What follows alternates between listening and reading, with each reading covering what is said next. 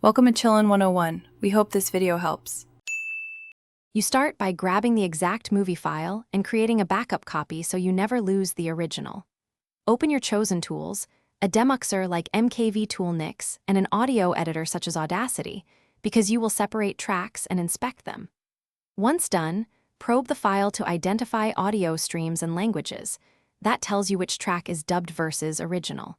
Make sure to note codec and bitrate so replacements match, and then proceed to extract the suspect audio track.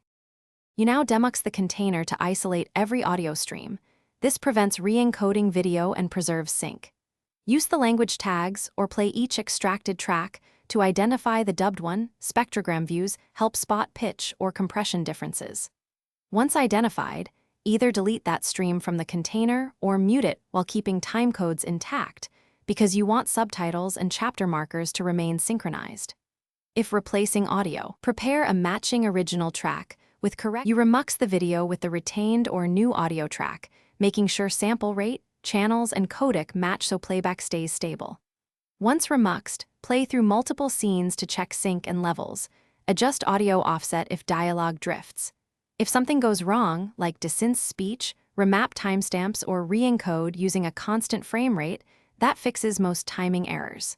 Finally, export a small test clip to confirm fixes before replacing your full backup. If needed, revert to the original copy and retry. Thanks for watching. Consider subscribing if we helped you.